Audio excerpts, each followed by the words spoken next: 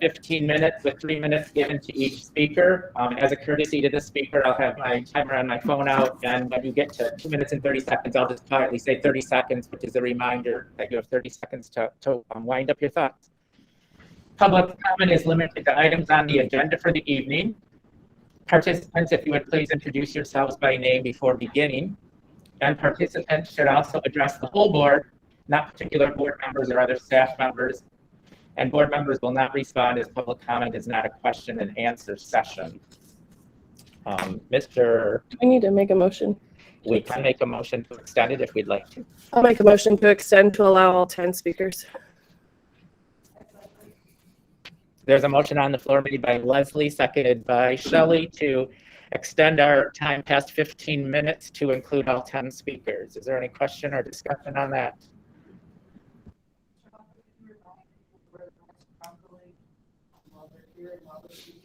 I sure can.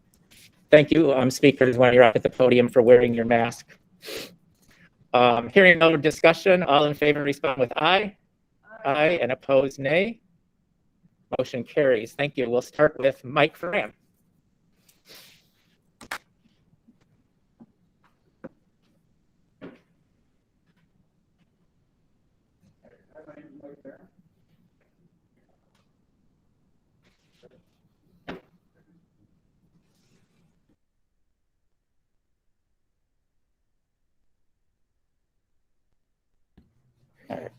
Hi, my name is Mike Barron. The high school experience is short, but so very important. Giving students equal opportunity to explore interests and participate in activities that create memories to last a lifetime is what makes school so great. This quarantine policy takes away that opportunity for a specific group of students, those not vaccinated against COVID, a minority population, made to isolate with zero symptoms, just being in proximity to someone who later tests positive. No science behind the policy, no evidence it has stopped any spread. Just required to isolate because an unelected administrator says so, and a majority of school board members won't stand up for the rights of all students. A district court in Oklahoma recently found a quarantine policy similar to ours likely violates the equal protection rights guaranteed to students by the 14th Amendment.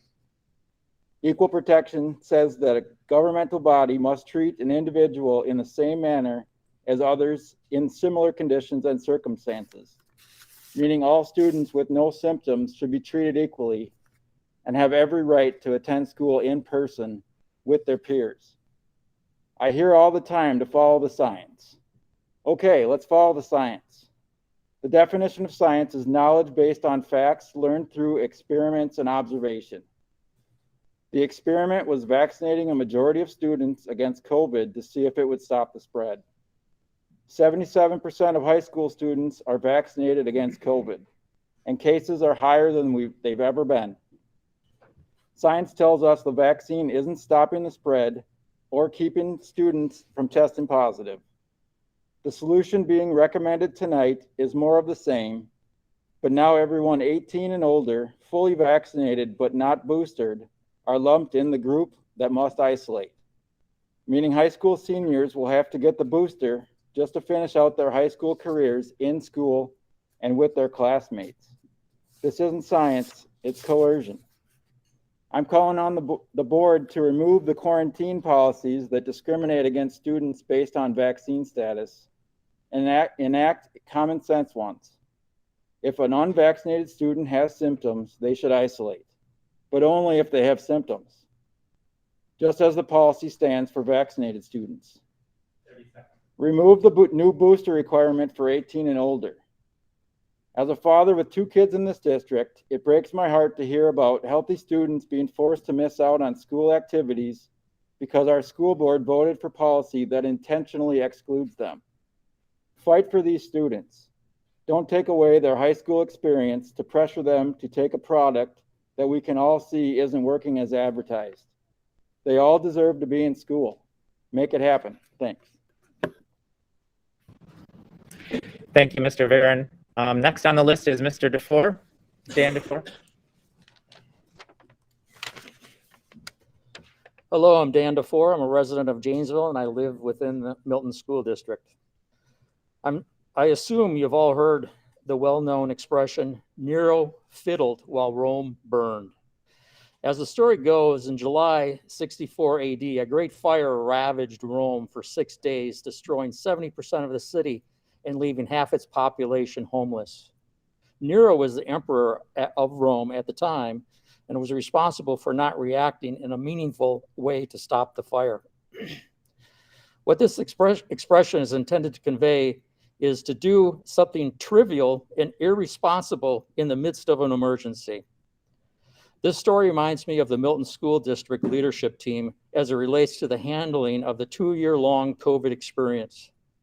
In this case, the fire is the severely impacted futures of the children in this district.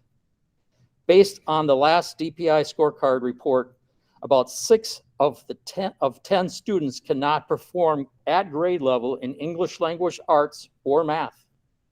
Milton's proficiency rates dropped more than 40% faster than the state average over the past 2 years. Based on Milton's overall accountability score, the district has gone from a top 30% performing district in the state to a bottom 30% performer in just 2 years.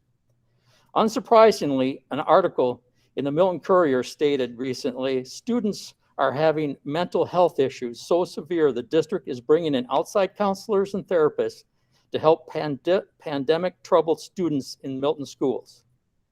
Additionally, the article stated suicide attempts by adolescent girls were higher by 51% in early 2021.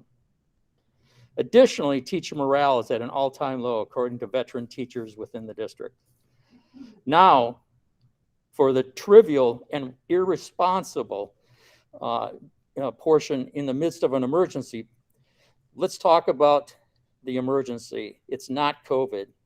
As you have heard from many parents, and you will hear from many parents tonight, citizens as well as teachers, as well as from previous meetings, the emergency is how your poor leadership is negatively impacting the future of the children.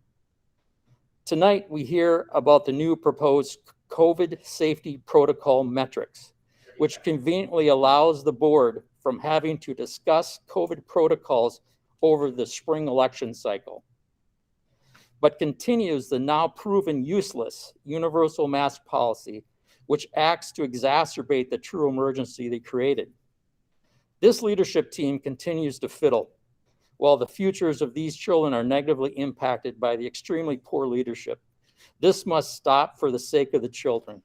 Thank you.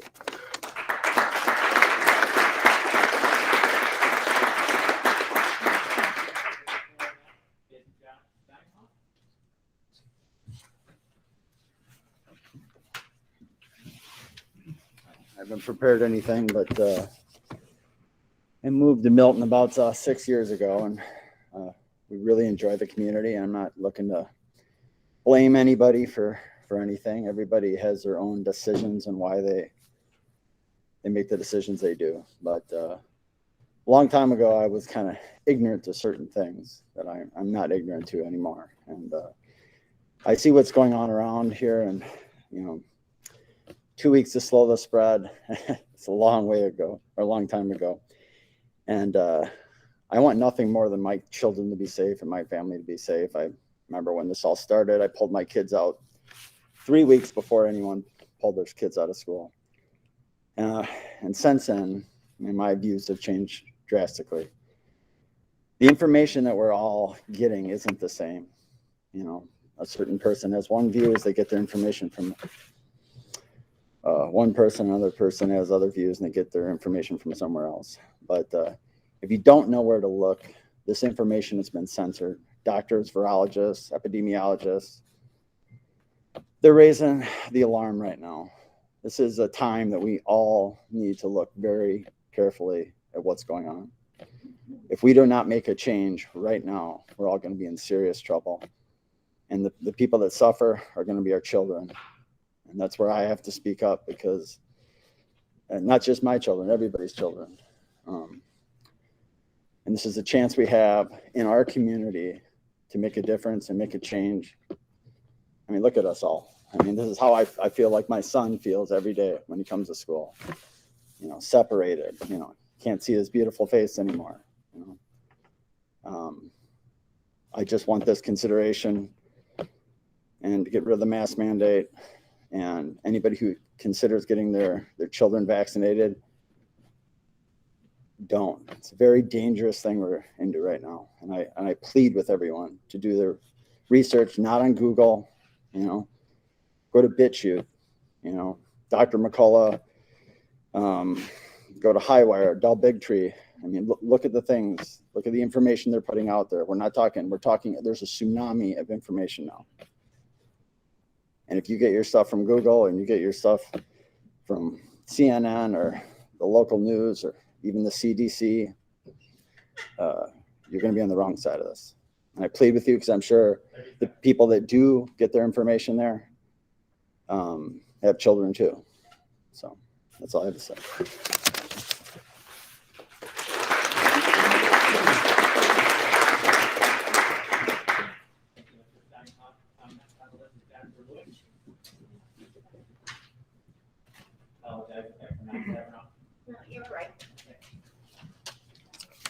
I'm Jennifer Lewick. I'm from Town of Harmony. I have a daughter who goes to Northside. I just had a few comments with your Milton forward plan. I had sent a few emails to Superintendent Dahlman in the start of Northside going to virtual. 3 so far. I have not received a response back whatsoever. With the new CDC recommendation that all adults switch to N95 respirators, are you prepared to have them available for all the adults in the school system? Also, with the new CDC recommendation that they are changed out every single day if soiled or wet immediately. With the CDC recommending that children do not use an N95 respirator as they are not made small enough, what are your plans as the wearing of a regular surgical mask or cloth mask, according to the CDC, will not protect at all against COVID-19? I'm asking your plans as of this is your mask policy, so not by choice of parents. I would suggest that you should be supplying the masks that are proper face coverings in which the CDC is saying right now. I don't see where I am able to get an N95 mask that will fit my child or with the availability of it. So she is certainly not being able to wear an adult N95 mask. Also, your current guidelines and the Milton Forward Plan going forward of allowing a sibling back into the school if vaccinated with another sibling at home that is positive, current for COVID-19, and symptomatic. What changes do you intend to make that the CDC is now saying the vaccine does not protect against the spread of the virus? It only protects the individual who received the actual vaccine from becoming very ill. I, for one, am not and still not comfortable with your policy of allowing a family member back in school next to my unvaccinated child who has a sibling at home who is positive COVID, where they spend 12 of at least a 24-hour daily period with that other sibling in the house. Whether they are asymptomatic, it doesn't really matter. They are in a home with shared air, and that other sibling is positive and sick with COVID. The safety of our children is not being addressed with your current policies, and it is possible that your current policy has played a very big part in the high number of breakthrough cases in our district currently. Thank you.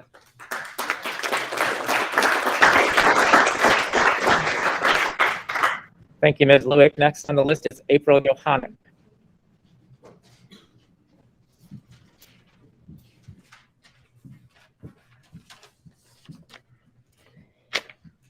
Hi there, I'm April. I'm reading on behalf of one of your school teachers. I am. You can get up and share your own comments, but not comments from another person. I'm not allowed to read. You're not. Oh, when was that updated? That's part of the policy. After the last meeting, we looked at policy closely. Okay. Well, then I'll speak on behalf of myself. And Shelley, thank you for the reminder of the mask. I didn't do so well last time. You're killing our families. We're crashing and we're burning. We just want mass choice. When you shut down Northside, my 11-year-old will not do the right thing if nobody's watching.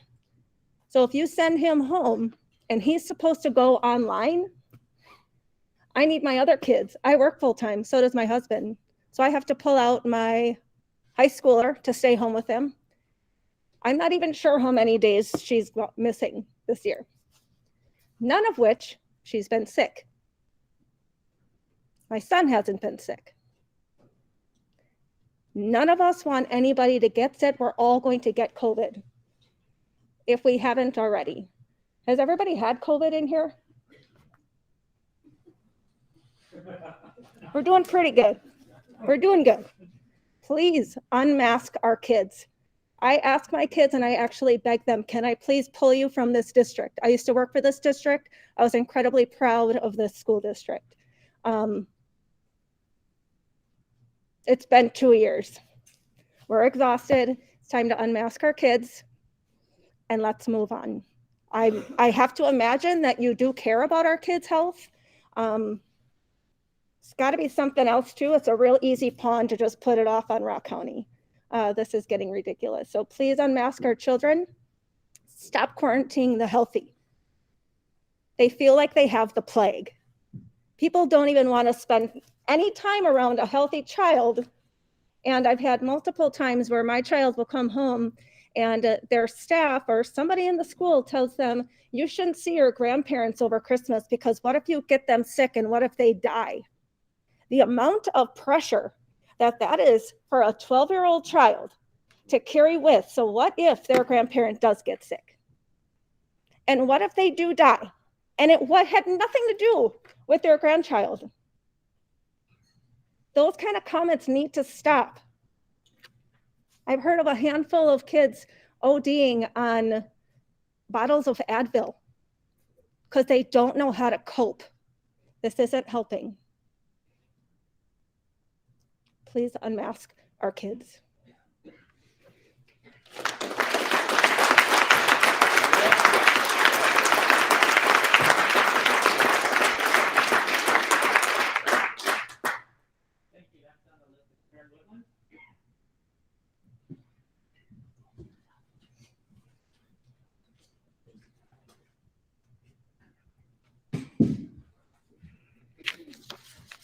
Good evening once again. My name is Karen Woodland. I have 2 daughters at the Milton High School.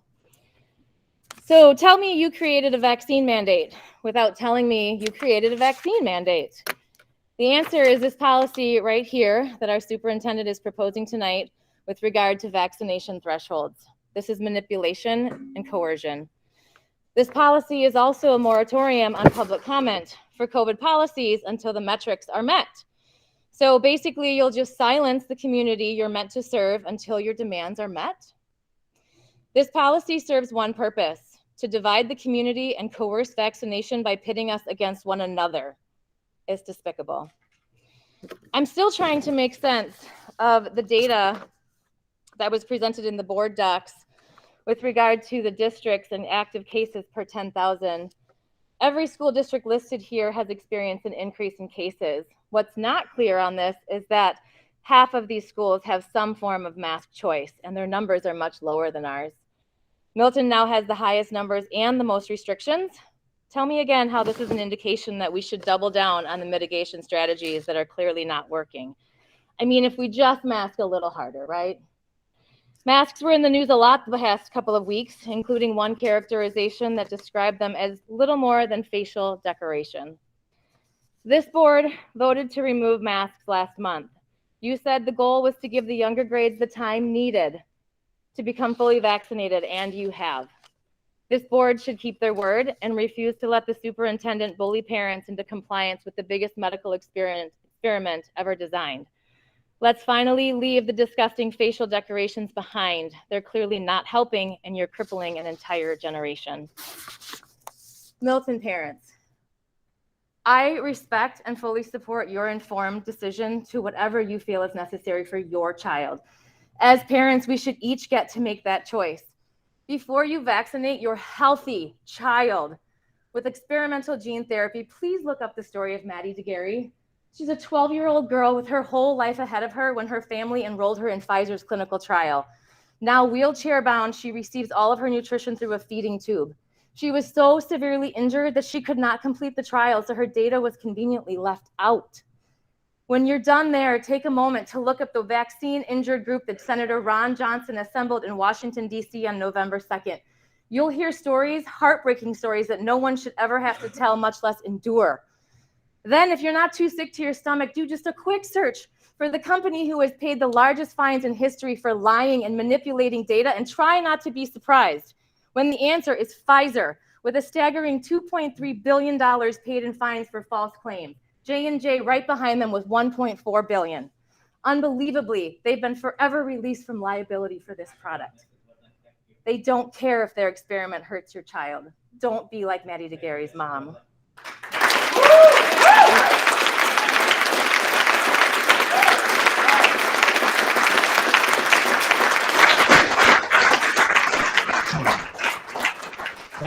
Next on the list is Kristen Gibson.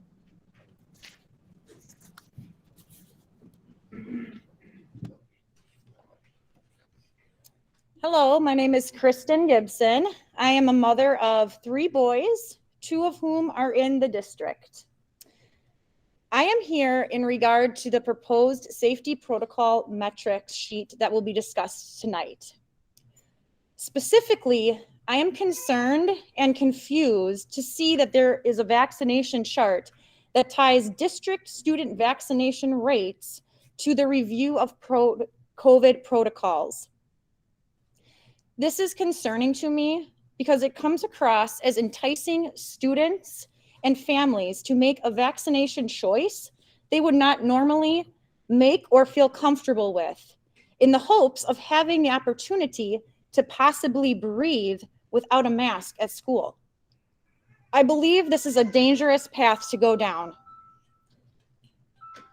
Higher vaccination rates do not necessarily mean lower case levels. We've seen this throughout the world, in Israel, on cruise ships, in our own community. We know that whether a person has the COVID-19 shots or not, an individual can still spread the virus. Therefore, this ineffective metric system would cause more frustration and further division in our community, and I am asking you to refrain from implementing it. In regard to masking, 3 out of the 8 school districts in Rock County are 100% mask choice. Those districts include Beloit Turner, Parkview, and Clinton. According to the Rock County data, as of January 6, 2022, those districts have, on average, an 80% lower case rate versus Milton and the other 4 districts with universal mask policies.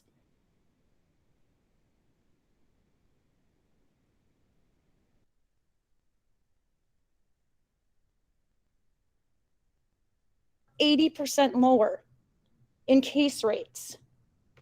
This should be so encouraging to us. This data shows that mask choice can succeed at our local level if given the opportunity. Let's give our children the same opportunity for choice and success in Milton School District. Thank you.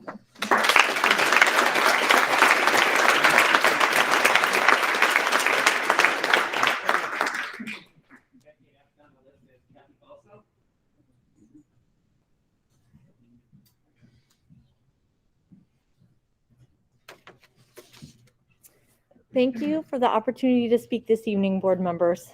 My name is Kathy Falso, and I'm a parent of a kindergartner in the Milton School District, as well as an even littler one. Here we are amid the highest numbers of COVID-19 positive cases our country, state, and local region have ever seen. Yet we are debating whether we should still be wearing masks in a busy public building that we send our precious children and staff into daily. Due to the rapid rise in positive cases and resulting staff concerns that jeopardize the ability to keep our schools open for in-person instruction, it certainly is not the proper time to remove a crucial layer of our mitigation strategies. As I understand it, the administration is working closely with the Rock County Health Department to review the data, share this information with the community, and make decisions about protocols and appropriately timed next moves forward. Following their guidance seems like the right thing to do, considering they are the ones spending far more time and effort than the rest of us studying the data. I am aware of many others who share this view, but were unable to be in attendance tonight. I know that you have heard from some of them via email communication. While I understand that for some, personal choice may be at the top of their value system, we should not allow personal choice to supersede safety within our public school buildings. For those of us who do wear masks regularly right now, we do so for many reasons, of which I'll name a few. Source control, so that the mask wearer is not unknowingly spreading COVID-19 to you, who may or may not be vaccinated, which then impacts your family.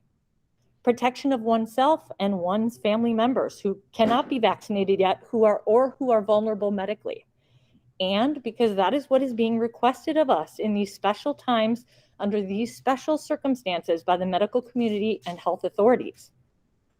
At these board meetings, I have heard those who are active in eliminating the universal masking policy say that mask choice is the way to go, because that is a win-win for all. You say, I can choose not to wear mine, and you can choose to continue to wear yours. The problem I have with that idea is that your child's choice to not wear a mask potentially impacts my child's well-being and that of my family and friends and the whole of the community. We know that masking works best when all parties are wearing them, and masks are more effective at source control than they are at protecting oneself. If our two main principles guiding our decision-making are the following: keeping everyone in the school community as safe as possible, and continuing to offer quality in-person instruction, then please don't remove one of the strategies we have in place to control the spread of COVID-19 amongst our school children, staff, and community members until the time is right. I don't know yet when that is, nor may anyone else, but I am absolutely certain it's not right now in the middle of a major surge. Thank you for all your service, and I wish this weren't such a hot topic, so you could instead focus your attention on all the other great things you work to accomplish as a board. Thank you. Thank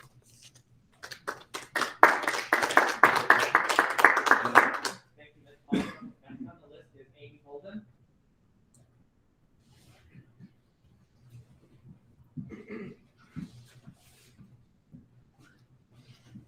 Hello, I'm Amy Holden, and I live in this school district.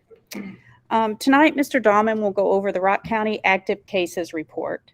He will share with all of us how high Milton cases are. On January 6th, they were 206.74. What he will fail to share with us all is who has the lowest case counts in Rock County. They are Parkview with 100.32, Beloit Turner with 109.98, Clinton with 109.98. Maybe this is coincidental. Let's take a look back in time. When I run the same report and do averages for all time, starting September 2nd to December 2nd, guess which schools are at the top of the lower cases every single time? Parkview, Beloit Turner, and Clinton. What do all these schools have in common? Mask choice for all. How many of the board members or the superintendent knew this? How many of you reached out to see what these districts have done different or are currently doing? We have options to give mask choice, keep kids safe in school, and get back on track to provide a high quality education that they deserve. Our kids no longer need masks, and we don't need the vaccines. Thank you.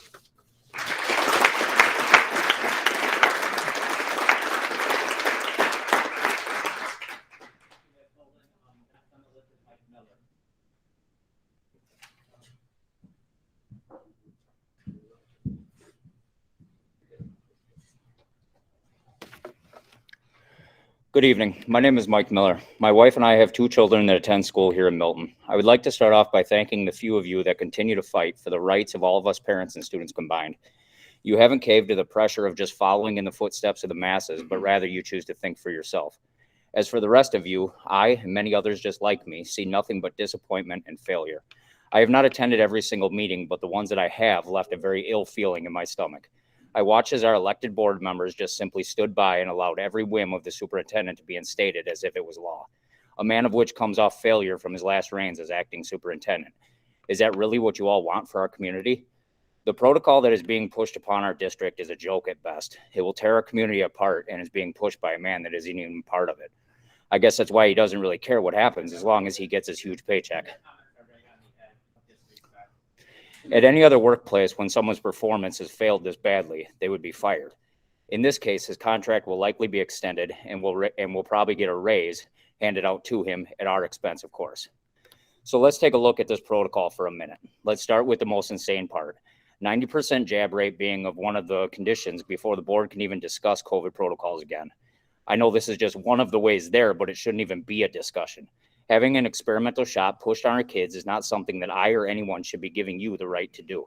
This is nothing short of pinning the vaccinated against the unvaccinated, bullying at its finest. We are not allowed to discriminate based on color, gender, sexual preference, or whatever else triggers the overly sensitive these days, but we are going to make an exception for the people that have the guts to make their own medical decisions. Last meeting, one of you was asked about what percentage of younger children vaccinated would make you feel comfortable lifting the mask mandate. Your response was that you are not a medical professional and you didn't feel comfortable giving medical advice. You then voted for unmasking the older kids, but still muzzling the littles. In doing so, I would say you made a medical decision for all of them, one that should have been left to their parents. Our children are being used as pawns in a battle between mandates and free choice. At what point in society has it become acceptable to harm our children in order to give some their so-called safety blanket? Our children deserve much better. We have always been told to raise our kids as leaders. In voting for this new protocol and continuing to mask our children, we are teaching them that they just need to follow to be accepted, not making leaders at all, just more compliant followers. The mandate that Milton has been following obviously is a failure, otherwise we wouldn't still be discussing these issues. Maybe you should try stepping out of your comfort zone like so many other districts have had the courage to do, as it seems to be working for them. In fact, if you look at the numbers, every district in the county with choice has lower positive cases than we do, and we are on the verge of some of the most crazy protocols I've seen. Tonight, I am asking you to vote on two things. One being the obvious and giving us back our choice whether to wear a mask or not. The other is to vote back your power. As our elected officials, you should be the voice of the community, not just one man. So please vote to overturn the decision which gave Mr. Dahman the power to override your votes. I hope that you will make the right choice, one that leaves a medical decision making to the parents of the district, freeing up more time and energy to concentrate on the rapidly declining academics in our schools.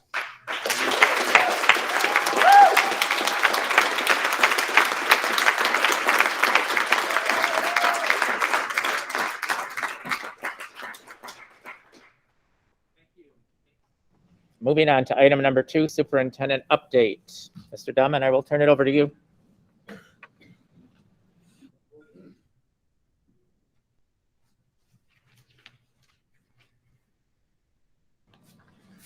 Thank you. There are a couple things that I want to highlight on the Milton Forward Plan. Kim on the board, if you can put up the active cases per 10,000 data document. All right.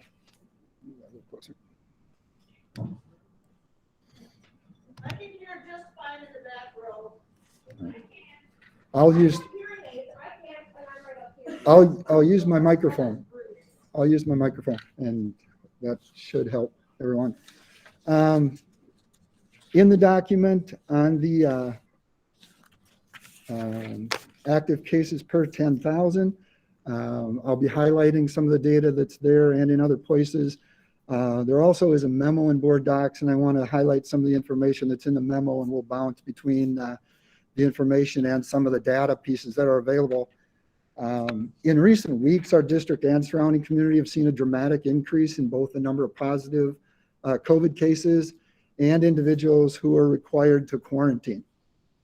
As of Friday of this past week, there are more School District of Milton students and staff actively positive with COVID-19 than at any time since the beginning of the pandemic. As of 3 o'clock today, those numbers have continued to increase, and we'll take a look at that in a minute. On January 6th, the Rock County Public Health Department reported that the number of new positive cases per day across the county was at its highest level since the pandemic began. Pediatric hospitalizations across the country are also at their highest rate since the beginning of the pandemic. And Rock County Public Health Department shared that the COVID-related hospitalizations and deaths continue to rise with 18 additional deaths between December 10th and January 6th. On the document that's on the board, you can see that the number of active COVID-19 cases across our community has exploded over the past month, over the holiday season, from 66.72 per 10,000 residents back on December 1st to now 206.74 per 10,000 residents as of January 6th. The Rock County Public Health Department has shared that the current wave of positive cases is expected to peak in late January. So they're anticipating that we're going to continue to see more and more positive cases, both among students, staff, and community members for at least a couple more weeks. If you want to share the next document, Kim, is the dashboard document. On the dashboard document, you can see this is as of January 6, 2022. We had 76 students who were active positives in the district, and you can see the number of quarantined students, both from in-school exposures or outside of school exposures. And we had 13 staff members who were positive cases at that time. We did want to make sure that we shared with the board and the community up-to-date data. So as I mentioned, as of 3 o'clock today, the number of active cases among students has increased to 131. That's for kindergarten through 12th grade. And the number of staff has increased to 16. So those are the number of active positive cases at this time. And we also have many students and staff who are out awaiting a test result. The growing number of positive COVID-19 cases affect both the safety of our students and staff and our ability for our schools to remain open, since all of our services are affected, including classrooms, student support, food service, transportation, and building and grounds. Last week, on December 29th, the U.S. Centers for Disease Control and Prevention updated their guidance on COVID-19 isolation and quarantine protocols. And in summary, that new guidance allows individuals who are close contacts or who have tested positive for COVID-19 to potentially shorten their isolation and quarantine periods from 10 days to 5 days, as long as certain criteria are met. On January 6th of last week, the Rock County Department of Public Health shared a new option for K-12 schools based on these CDC recommendations and timelines. We've worked closely with the Rock County Public Health Department to review and update our current protocols to incorporate these new recommendations. The county health department has shared that while Omicron variant has shown to be much more transmissible, the average incubation period is approximately 4 days. With that in mind, I'm recommending that we move to implement the new 5-day isolation quarantine timelines beginning on Wednesday, January 12th. If approved, beginning on Wednesday, January 12th, we would use tomorrow, Tuesday, January 11th, to contact students and staff who are already quarantined to explain the new protocols to them and their potential return date. The criteria for a 5-day return from isolation or quarantine are laid out in the documents included in board docs. One item to note is the requirement that those choosing to return from isolation quarantine must wear a face mask for the remainder of their 10-day period. With the continued burden that positive cases are having on local hospitals and the knowledge that pediatric hospitalizations are at their highest rate compared to any point during the pandemic, and the stress that the large number of positive cases are having on our school system, I'm also recommending a continuation of all other current safety protocols, including universal masking at all school district of Milton facilities and events. A possible process for considering future changes to our safety protocols are included in board docs for the board's consideration. And Kim, if you can pull up the metrics document, please. The metrics document lays out what benchmarks would need to be reached in order for a consideration or a review of our safety protocol. And I want to clear up one thing that a few people shared. A couple of our speakers today stated that a certain vaccination rate would have to be met before any consideration would take place, and that could potentially extend all the way through the spring. I want to make sure that it's clearly understood by the board and the community that the safety protocol metrics aren't A, B, and C having to all be met in order for the review to take place. It's A, B, or C. And I'll walk through that and explain a little bit more about what that means. On that safety protocol metrics, 3 different metrics are identified: the active positive COVID-19 cases among school district residents. And that's something that is shared out at every school board meeting.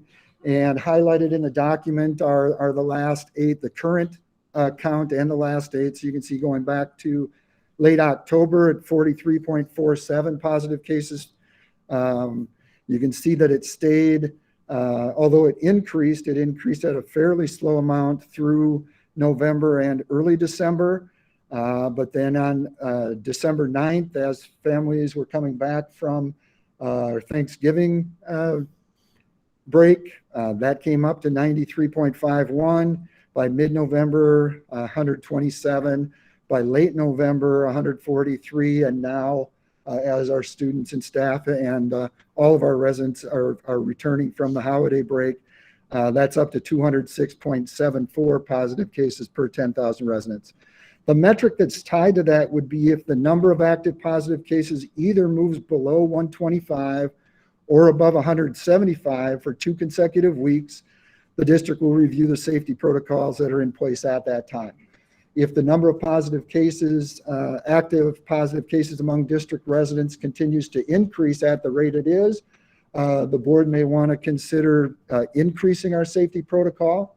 If it moves in the other direction and gets below that 125 for 2 consecutive weeks, then we could review and consider decreasing our safety protocol. As you can see from the trend data, the below 125 had been the case for extremely long number of time until the last 3 readings there. Similarly, the number of active positive cases among students and staff in our schools is the second metric that's used. We share that out weekly in our dashboard every Friday.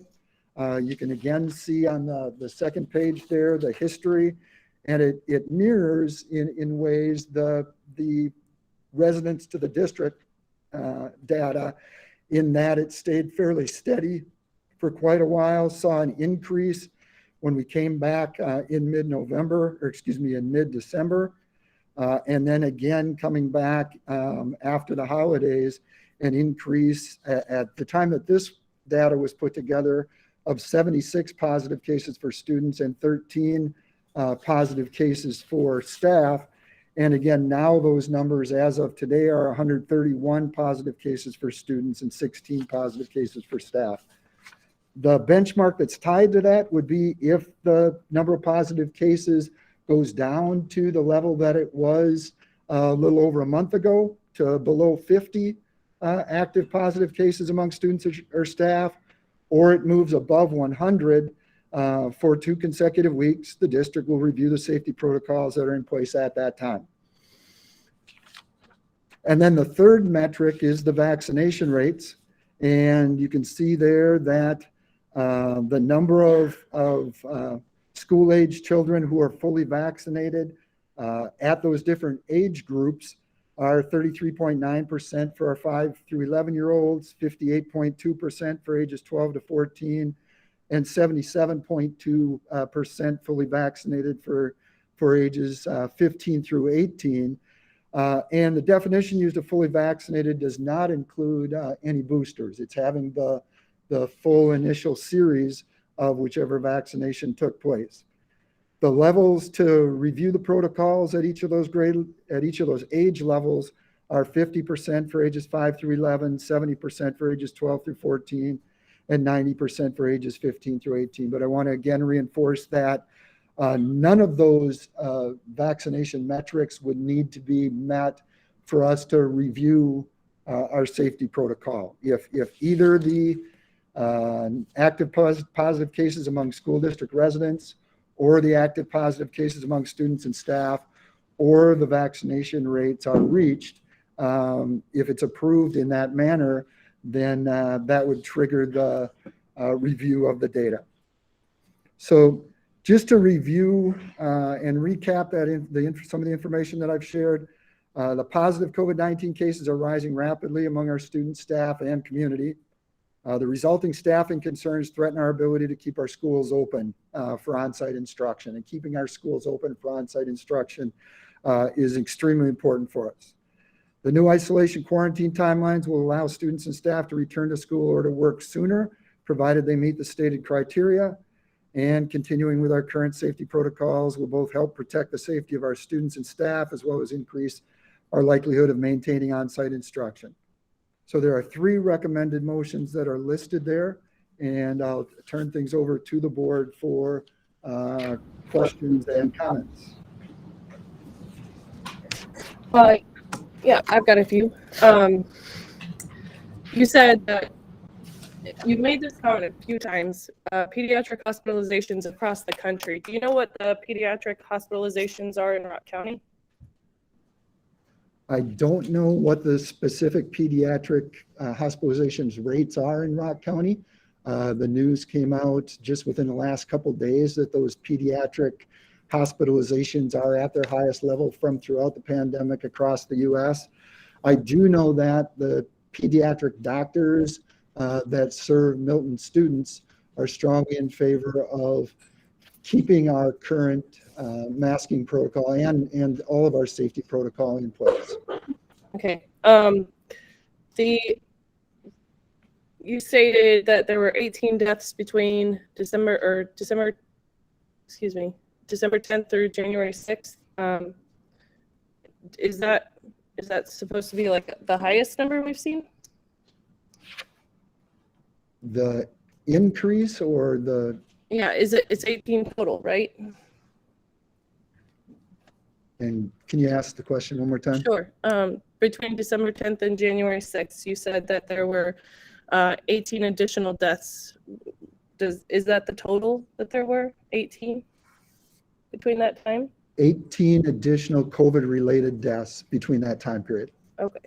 And is that supposed to indicate it was the highest that we'd seen? No, I didn't indicate that was the highest. That was just the additional deaths during that time frame. So I guess I'm most concerned with the metrics, obviously. I'm really struggling to understand how we went from you, and albeit that you took it away at the meeting, but you recommended last meeting for mask choice, and you had several things with that motion. And while you reversed your decision at that meeting, now we're seeing metrics being put into place to limit our ability to discuss this issue. Like, what was the thinking with the turnaround? I want to make sure it's clear on one thing. At that board meeting in December, if you recall, I did not recommend that we make a change to our universal masking. I had initially put into on the week before that board meeting, put that into my recommendation, and then that was the day on that Monday when we began to see a large number of positive cases come through, and I spoke to that at that last board meeting. Yep. And then the second part of your question, could you repeat that, please? Yeah, why the change? Why the flip? This is a very drastic flip from possible recommendation of mask choice, because you did have that recommendation until you reversed your decision at the meeting. Now we're seeing that you're wanting to implement metrics, which basically take away our ability to talk about it unless we meet certain goals. Yeah, I see 2 parts to that question, so I'll answer both parts of that. Why a change to where we were in mid-December? I think that the data demonstrates a very clear need for the change. Our number of positive, and it's laid out in the memo, the number of positive cases across our community, the number of positive cases among students and staff make it, to me, clear that we need to, that this isn't the right time to take a step back from our current protocol. I think that the fact that in mid-December, when those cases were lower, I was ready to make a recommendation. And when we see this wave end and us seeing those number of positive cases decreasing, I'll be ready to make that same recommendation again. The reason for the change is because that's not what we're seeing right now. That's not what the data shows, and it's not what the experts are recommending. And the other thing that's different right now than it was back then is that our schools are really struggling with the number of staff that are out. I mentioned before our different departments. It affects teachers, it affects building and grounds, food service staff.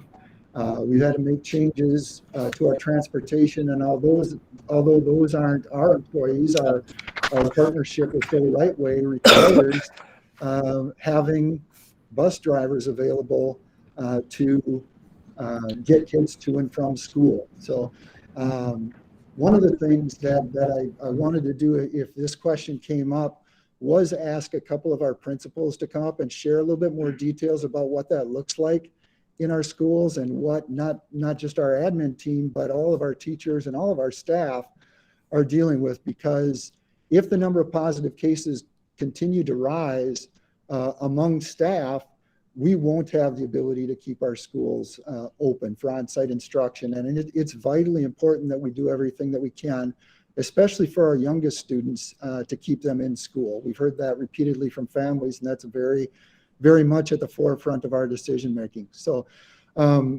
Principal Kramer and Principal Billhorn, if you could come up and share a little bit on what things are looking like in the schools right now.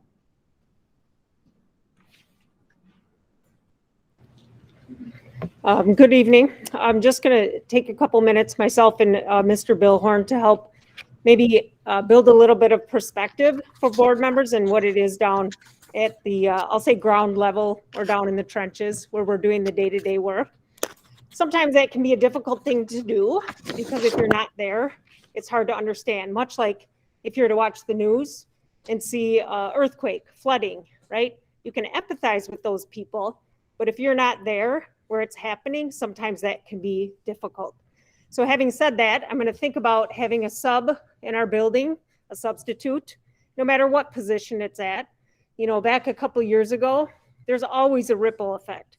So for example, second grade teachers out, that ripple effect, that team, second grade teachers jumps in to help educate that sub on what's going on in the building. Kids act a little bit differently, it ripple effects into the lunchroom, etc. Fast forward to where we are right now with sub shortages, multiple staff members out, no matter if it's food service, custodians, paraprofessionals, teachers, bus drivers. That ripple effect is kind of turned into, I equate it to being in the Dells in the wave pool, okay, with those large waves and trying to keep your head above water. And so my point here is that I want you to understand, and Jeremy's going to speak to it a little bit deeper, is that it's getting much more difficult when you're 4 to 5 people short each day. People see Mrs. Kramer walk down the hall and they know that it's an opportunity for me to dig in and look for extra hands on deck. And I don't want them to start turning around and running the other way. And so I'm very concerned about the sustainability of us keeping our schools being effective and efficient so that we can meet the needs of our students. And Jeremy's going to talk a little bit more in depth. All right.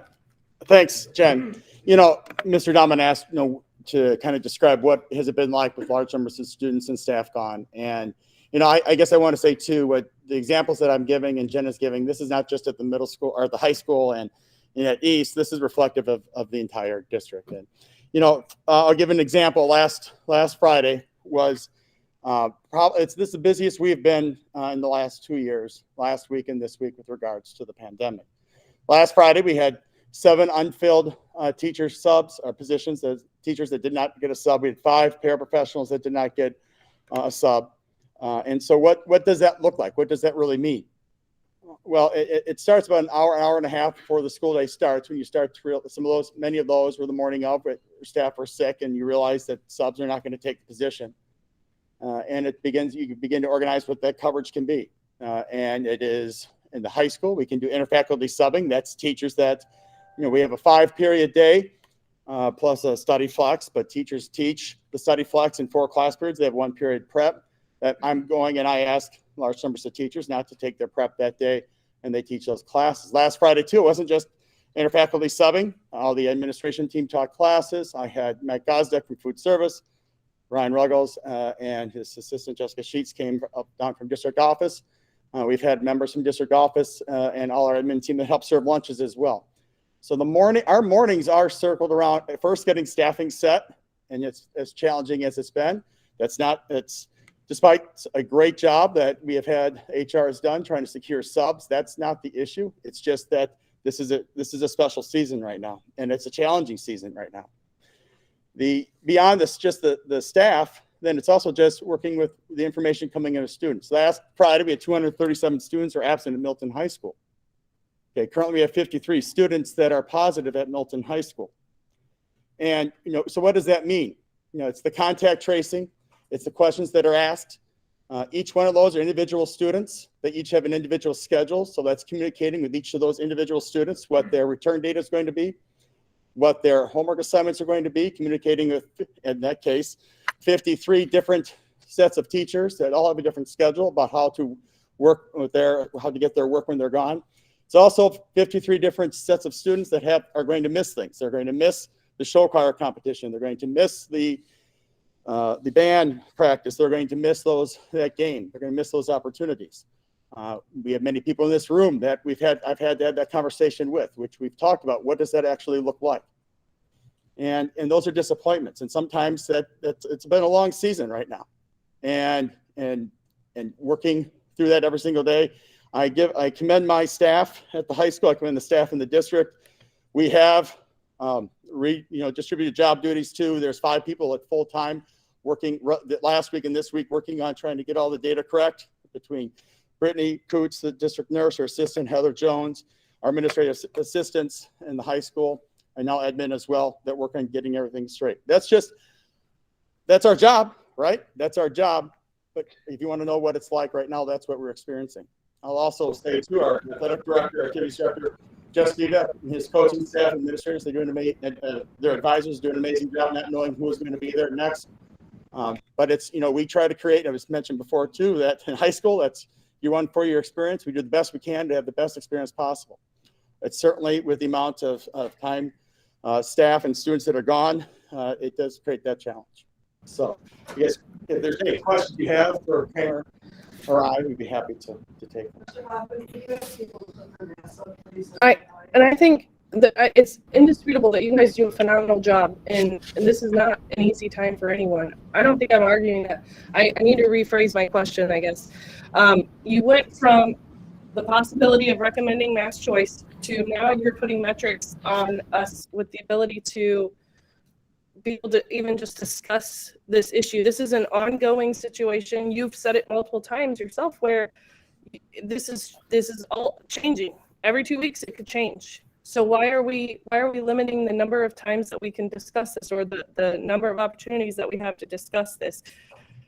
That's my question. It's not about like this. Obviously it's safety, but it's not about mass choice and not, and mandating mass. It's about you putting in place metrics that determine when and if we can discuss this. And that to me is not moving forward. I guess in answer to that, I'm not putting in place any metrics. I'm bringing metrics to the board for the board's consideration. And I think that those metrics were designed in a way to encourage the possibility that those are going to be revisited. If you look at the number aligned with the number of active cases across our community with residents, having that at 125, as once we hit the peak of our increases and that number starts to go down, we should hit that fairly soon. the active positive cases among students and staff at 50 is a higher level than we've been almost throughout the entire pandemic. So rather than restricting or potentially restricting the board's ability to revisit this, and even with these metrics in place, the board at any time could make a decision to revisit if we still stay within that window of 125 to 175 and that window of 50 to 100. Even if we did stay in that window for a long time, the board could always make a decision to review the safety protocol that we have in place. So the metrics are designed to provide some parameters around when we would bring that back, but it's not in any way to restrict, because they're designed in a way to encourage that topic coming back at future board meetings. I see this as more of an opportunity to actually discuss it, because we'll be looking at it more frequently instead of just the once a month. We'll be able to look at the numbers. We've had people in the past meetings ask at what numbers will we make decisions. I don't think we've had any study. There's 3 different options here to look at. It's not all 3 or just one. It could be any of those where we could revisit and look at this at any time. Rock County, we're the highest in Rock County for our residents. And I think people are confusing that with our schools versus our citizens that are in our borders of our district. I've seen schools running out of rapid tests this last week in Rock County. There's so many schools not having testing. All they have is the PRC test to be using now. And there's schools that are also reversing their masking policy because of the numbers. So we're not alone in this. Rock County is seeing this huge inflation of numbers, and to put it all on the weight of one person in one district, every district is struggling with it. So they're struggling to keep teachers. They're struggling to keep their schools open, keep kids. Some schools are going to hybrid. So the kids that are out are, doing one thing or another. So every school's struggling with this decisions. It's not just ours. We just happen to have the highest residents in the county with the highest rates right now. Mr. Dahmer, can I ask a question of clarification on the vaccination metric? So there's 3 different age levels there. Are you saying that in your recommendation that we would need to reach the goal for all 3 levels for that to be considered? Or would it just be if we reach the goal for, let's say, the 5 to 11-year-olds, for example? The intent of having separate metrics for each age level is so that it could be considered separately if that's what the board prefers. I think a neighboring district has set a vaccination rate of 80% for all students and staff as their level to revisit the issue. And I didn't feel like that was something that potentially could be reached anytime soon for us. So we set levels that show growth at each of those age levels, but it definitely is something that could be set for a certain grade level if that would be what the board could desire. Can I ask, do you honestly think that we're going to get to 50, 70, or 90% at each of those levels? I don't know if we will or not. And that's part of why it isn't a requirement for us to make any change. It's the medical and public health experts continue to strongly recommend vaccination. I think one of the things that we've seen is that the Omicron variant does spread more quickly. I think that's pretty clear. And it also passes more quickly. And I think some of the things that we've built into this recommendation are based on both of those things. The increased spread makes it more likely that people are going to catch it. And we're seeing that much more now among close contacts, that many, many more close contacts are testing positive. But we also know that the average period of time that it's transmissible is right around 4 days, which means that bringing people back in 5 days rather than 10 days is more doable now than it was earlier.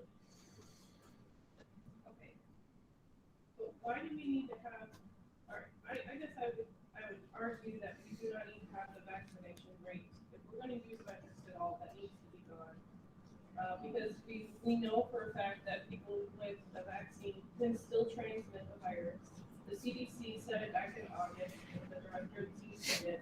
So and I think it was stated, and it's been confirmed before, but the vaccine only protects the person who gets it. It doesn't protect anybody else from getting it from the vaccinated person. So I don't think having a vaccination rate as part of the protocol, if we're going to have a metric at all, which I kind of disagree with, I don't think that needs to be a part of it. We're to the point now, and the argument was made, last time, with Dave's motion, that the younger kids will have had a greater opportunity to get vaccinated if they so choose. The high schoolers have had the opportunity since last May, middle schoolers, June, July. So if they're going to get the vaccine, they're going to get the vaccine. But having a metric listed, even if it's what you're stating is, it doesn't have to be that, it's still listed. And so you're saying that that's a possibility, and I think it's very confusing and ambiguous to the public in general. So you have it clarified tonight to us, like exactly what that. So I think if we're going to have metrics at all, it needs to be laid out more clearly. And I just strongly disagree with having a vaccination rate. We cannot control. You're adding metrics for which we can't control. We can't control transmission. We cannot control whether someone gets vaccinated. It's not a smart goal to have. I don't think that 80% is working for Janesville. And the districts that have mass choice, and whether that's an argument or not, they clearly have fewer cases, and they're clearly doing much better than we are at this moment. Again, that's in their community, not, the numbers aren't there for the schools. Okay, then let's get the numbers for the schools. I'm just saying, that's, you can't say that that's the school, that's the community. That's a fair point, but it's the community, and the school is part of the community, and if that's the numbers that we're gonna go off of every meeting when we talk about it, then that's the numbers that we need to use when we're comparing. I'm just saying, you keep talking like it's the schools, and that's the community, the residents within the district. Yes, but that's the number that Mr. Shirley, you're Brown gives us. muted. If you're going to talk on mute. I guess.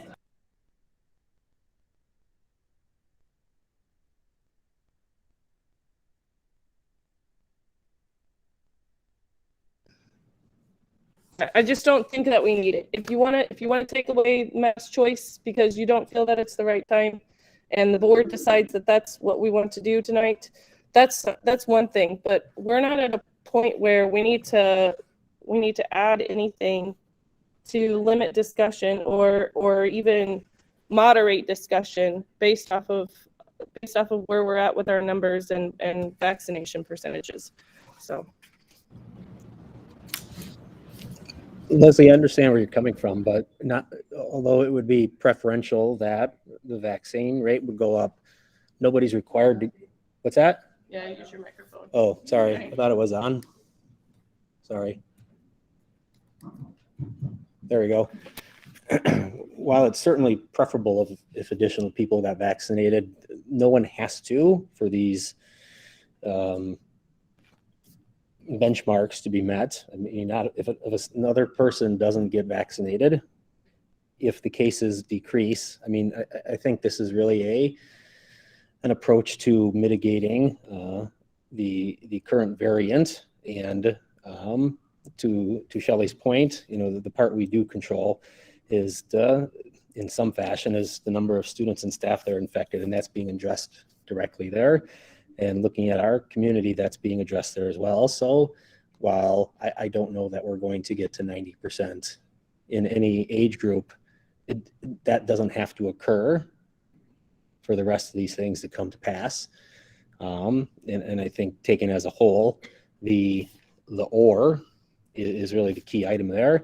And then echoing Mrs. Kramer and Mr. Billhorn's comments, that the biggest concern, and I think the one thing that regardless of your stance on this, is that we want to keep these buildings open, and for the next 2 to 3 or 4 weeks or whatever, this quick surge up generally is followed by a quick surge down when things grow exponentially like this. The goal is, how do we keep Mr. Billhorn and his staff and Mrs. Kramer and her staff and all the other administrator staffs in place at an adequate level to make sure that my kids and your kids and everyone else's kids can go sit down at a desk and receive instruction here the next few weeks while we wait for the worst of this to be behind us.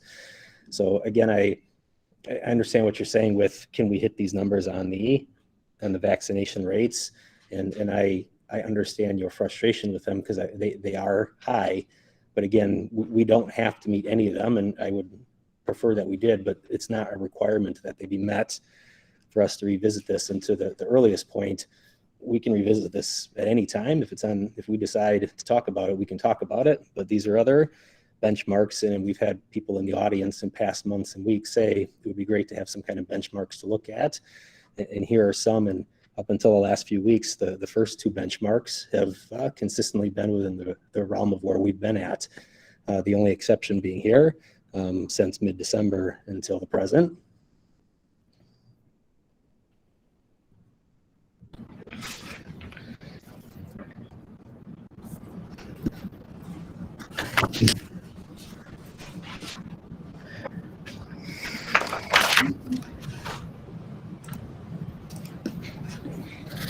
I would make a motion to take no action tonight on this particular issue.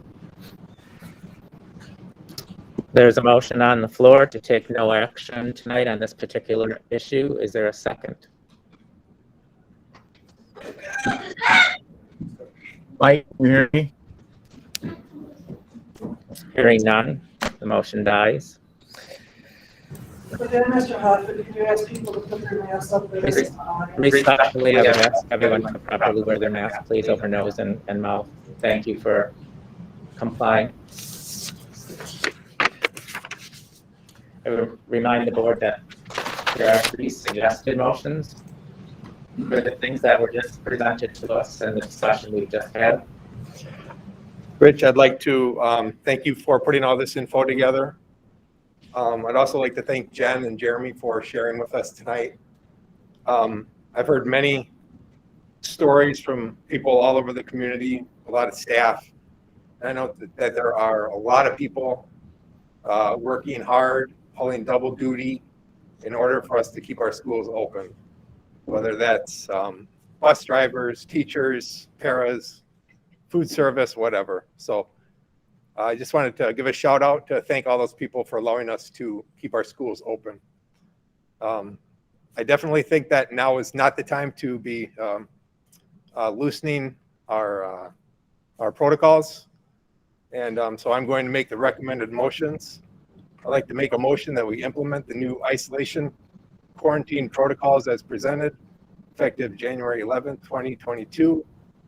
I make a motion that we continue all other safety protocols that are currently in place, including universal masking at all school district of Milton facilities and events.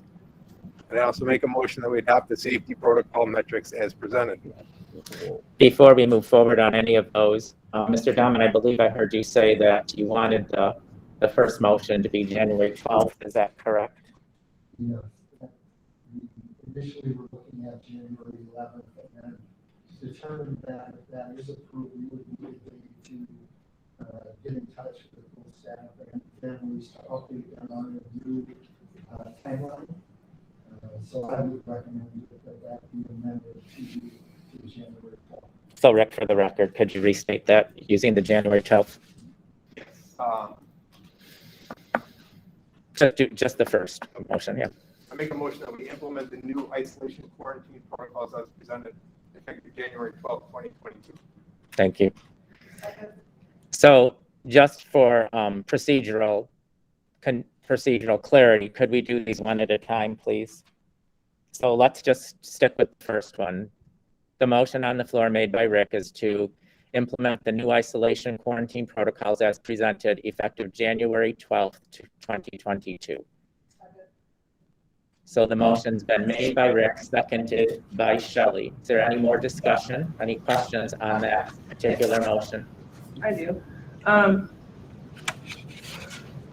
So back in July and August, Mr. Dahman, I asked what would be done to assist students in quarantine to ensure that they don't fall behind because there's no virtual option.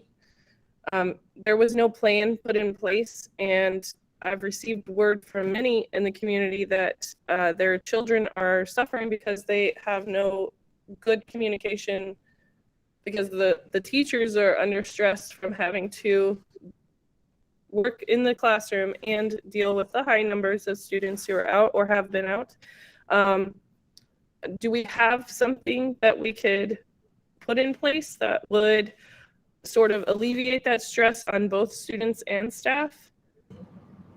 Yeah, I would recommend if you get contacted by community members who feel like their needs aren't being met, either refer them to me or to the principal. I've gotten a couple emails from parents who felt like there wasn't as much support for their students as needed, and I've put them in touch with the principal so that the principal can find out what specifically those parents are looking for. And in the cases that have come to my attention, our principals and our teachers have done a really nice job of making sure that students get the support that they need. Okay, once again, I didn't say that that hasn't been done, and I certainly do send those people to the appropriate administrator, but do we have something in place moving forward that these students and staff can use that would better help students not fall behind and staff not be so stressed? I think it's what each student needs is very individualized. So what we would continue to do is have that parent and that student work with their individual teachers on staying updated on what they miss and anything that they need when they come back.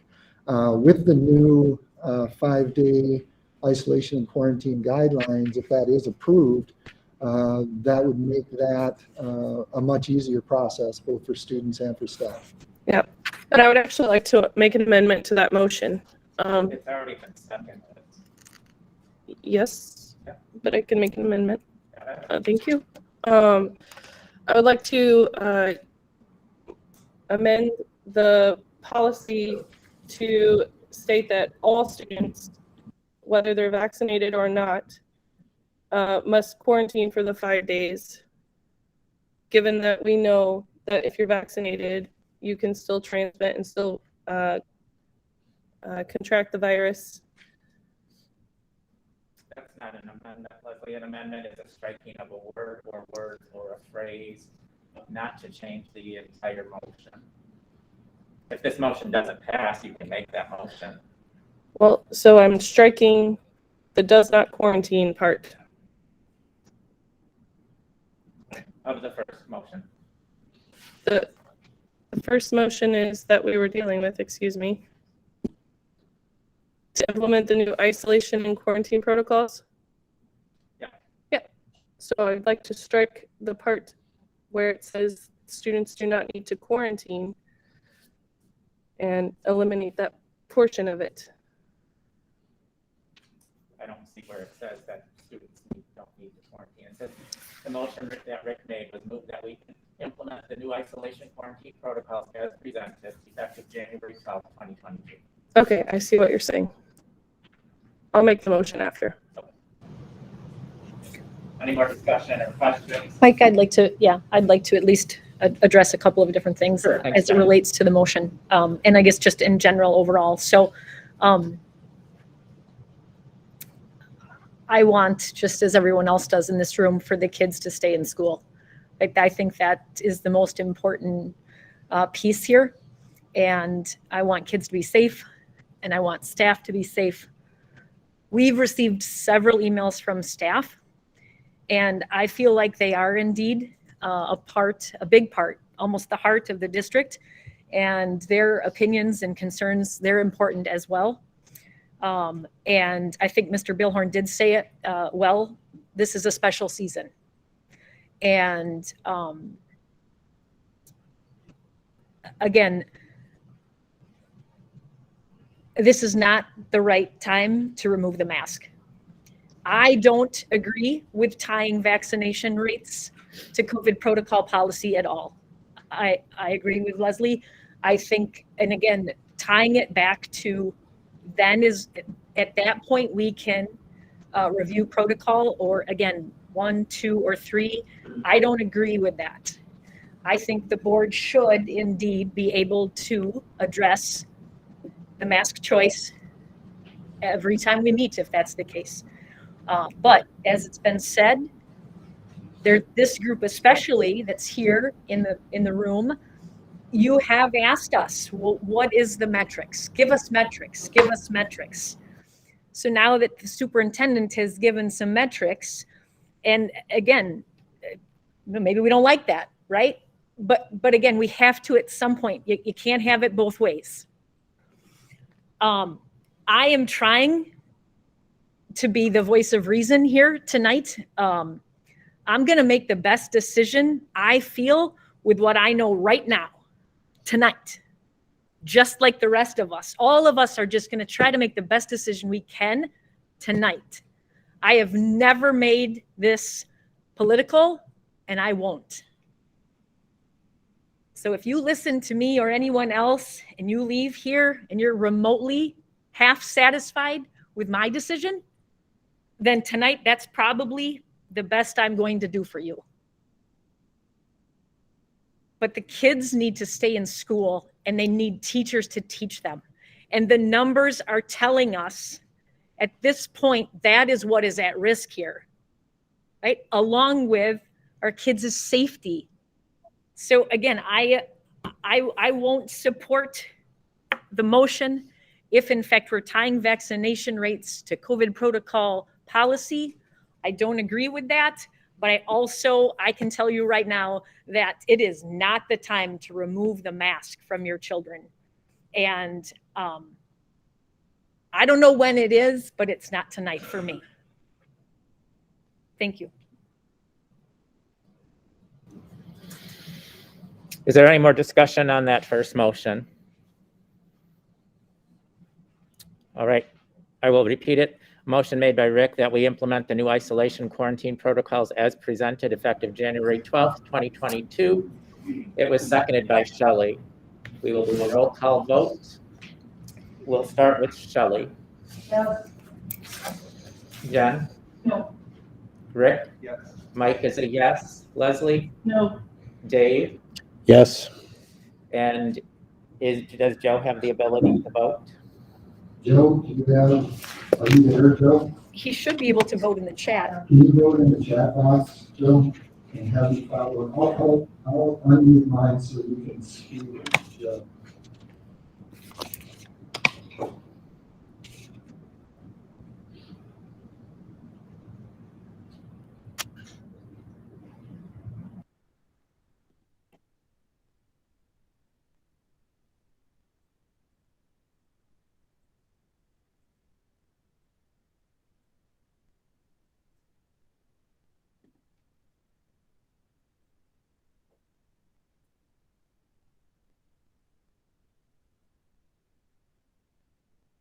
Sorry, I was muted.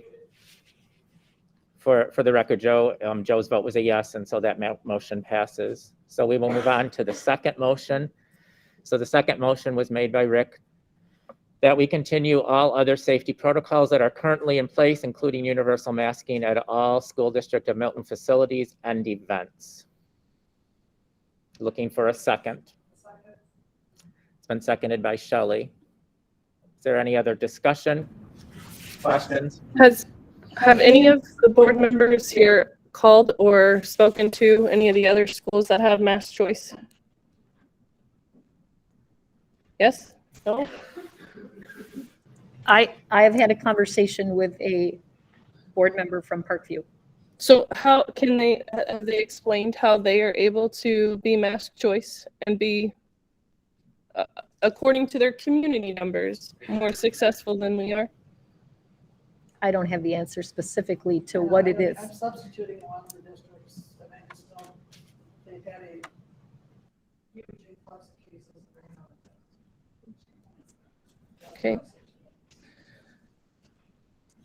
So I guess I guess my question is how do we, our protocols at this point have clearly not been working because we've had 2 schools that have had to close. So are we not willing to at least attempt a different option here? That's my question. Are we not willing to try? I mean, science is about testing and trying. When something's not working, you got to remove part of something to figure out which part is not working. So are we not willing to try? Is that a question for me? No, I'm asking the board. Okay. I am not willing to try at this point. As Jennifer said today, I am not. Okay, we know that this is a wave. It's been stated that this is where it's going to be rapidly declining. Okay, it's come up, it's going down. So if I were to make a motion that said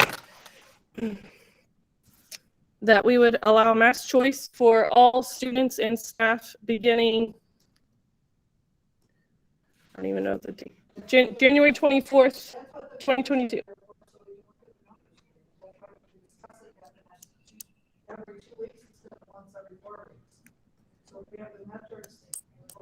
Well, at the last meeting, it was said that we could discuss it every 2 weeks without metrics. So what has changed? We don't know what's going to be there. You're asking what's changed, Leslie. Look at the numbers. That's what's changed. No, that's what I mean, that's what's changed. So We're at a totally different place now than we were on December 13th when we had our last board meeting. I remember Jen specifically asking the question, if things, and correct me if I'm wrong, Jen, because I don't want to put words in your mouth. If things change, Mr. Dahman, do you have the ability to make changes? And Mr. Dahman said, yes, the board has given me. Am I quoting you correctly? You are absolutely quoting So- me correctly, and that was why I asked. I figured it was. So when you ask what's changed, that's what's changed. Okay. That's my answer. And in the past, we have made motions that have been for the future. So if I make a motion that says, let's all right, how about I just do it? I move. There's a motion on the floor that's already been seconded. Okay. You can't make another motion until that's been voted on. Then let's vote. Well, we were still discussing it. Is there any more discussion? Sorry, Carrie. Is there any more discussion? Okay, just so we're all clear, there's a motion on the floor that we continue, made by Rick, seconded by Shelley, that we continue all other safety protocols that are currently in place, including universal masking at all school district of Milton facilities and events. Again, we will do a roll call vote. This time we'll start with Dave. Yes. Leslie? No. Mike is a yes. Rick? Yes. Jen? Yes. Shelley? And Joe?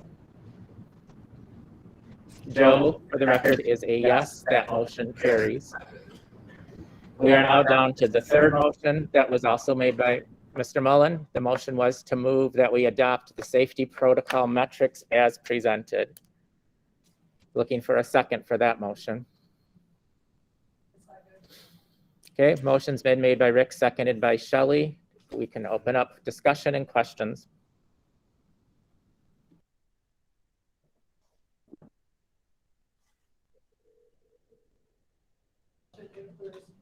Amendments that want to be made, is it after we would vote the amendments or all of it? Well, it wouldn't be an amendment, then it would be a whole new motion. And I do have a question for Rich.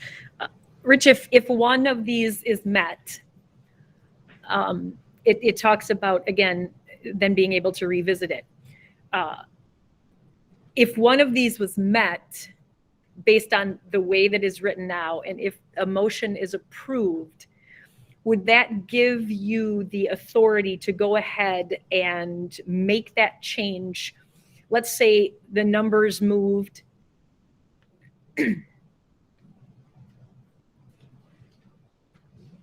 Sure. Joe's having some technical issues, so he's going to join by phone.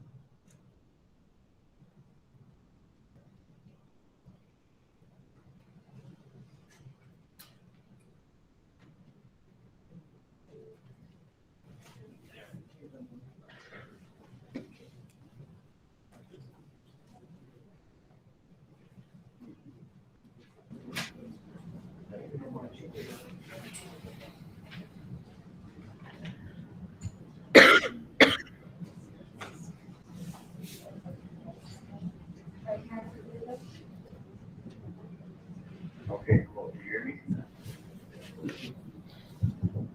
Okay, I'm up there. Yep.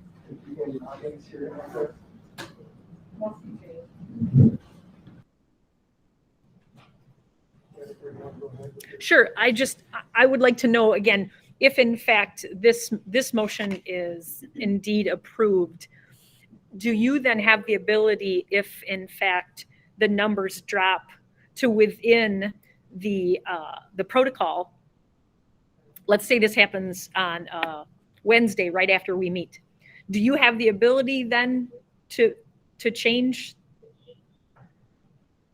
without obviously this group then having to meet?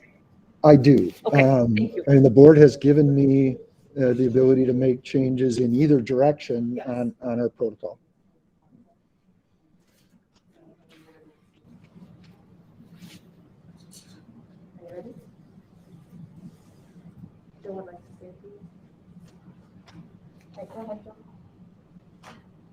All right, I apologize for the glitch here. I think everyone understands what's challenging us technologically. You know, the discussion it couldn't be more relevant to me. I'm home because I'm under COVID isolation, and that's just you know, that's nothing I need to keep private or anything, but that's why I'm in this position right now instead of sitting at that board meeting. So first of all, I won't do this often, so I'm going to summarize some of what I've heard and what I wanted to offer, and then we can move on from there. I agree with several of the comments that my colleagues have made tonight, and I'll reiterate the important points. To me, absolutely goal number one is to keep these kids in school and keep these schools open. And most folks realize, of course, that I voted for mass choice a month ago. And I think I made a comment at that time that I reserved the right to change my mind. And nothing like a skyrocketing pandemic to change a person's mind. And that's exactly what has landed in our laps, is the COVID numbers doing what they have done to us. So I am strongly in favor of continuing our mask protocols for a period of time. And I want to leave that open. I struggled a little with the discussion so far relative to these metrics. I think we should discuss our protocols at every opportunity. And it's great to have the parameters about case numbers, whether it's community or school related. And that should not alone trigger us to change our parameters, but those should be a piece of the data that we use. I wholeheartedly agree with Jennifer that the metrics relative to vaccination rates, while we should be provided that data, I do not think that should be part of any decision framework to change or relax protocols.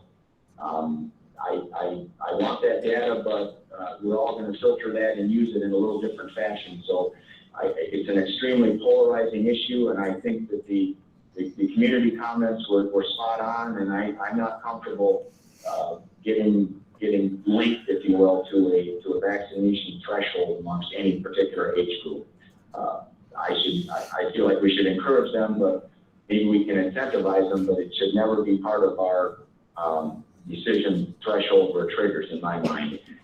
So for that matter, I think I heard that this third motion had been moved and seconded, and so my comments specific to this motion would be not to support it unless someone would be willing to amend it.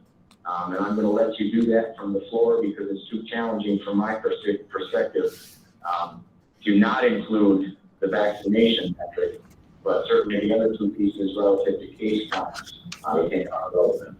And I'll stop there. If we take that off, the likelihood of us achieving one of two is by definition less than one of three. So if we take it off, the likelihood of us making a change, all things being equal, is longer than shorter. So if nobody likes it, that's fine. And I would judge it's the least likely threshold that we will meet. However, the point at which we will take action in the absence of it being there is longer than with it there as it is. So if the goal is to go back to mask preference, choice, whatever, which we had talked about, and I had supported pre-Omicron, having it there increases the likelihood of us doing something sooner than if it's not there.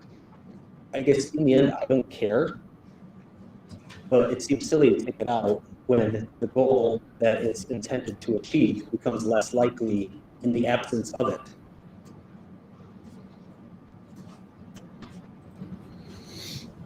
I agree with Dave. I don't really understand the point of taking it out, but Rich, could you please speak to why you included it? Yeah, the question was to speak to why it was included. We've tried really hard throughout the pandemic to follow the advice of the medical and public health experts with the CDC, the Wisconsin Department of Health Services, and the Rock County Public Health Department.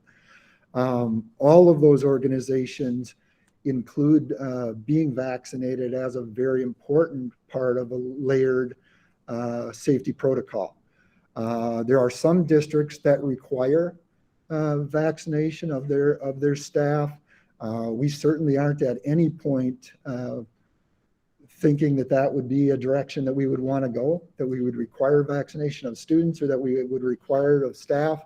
But we strongly recommend that people get vaccinated, and if they have concerns, that they consult with their own doctor. We've stated that publicly many times, that's a strong recommendation that we have, because it's been shown, and it's showing really clearly right now, that being fully vaccinated decreases the severity of COVID cases.